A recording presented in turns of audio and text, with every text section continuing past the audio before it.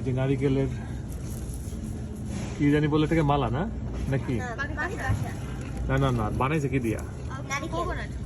কোকোনাটের shell বলা যায়। আমার দোষ নেই কোনো। কোন দোকান? আচ্ছা, ভালো যে পড়ছে। এই যে নারিকেলের ভুলে গেছি এর নাম।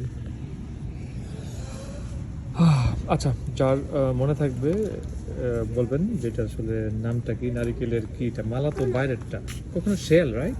ইয়া শেলের বাংলা কি? শেলের বাংলা কি মানে? মানে কোকোনাটের ছোলা মালাই মনে হয়। আচ্ছা যা হোক, না কোকোনাটের ছোলা। এটা দিয়ে দেখেন কি সুন্দর একটা ঘর এটা বানাইছে তুমি পাখি, ঝুলায় রাখবা। রাইট?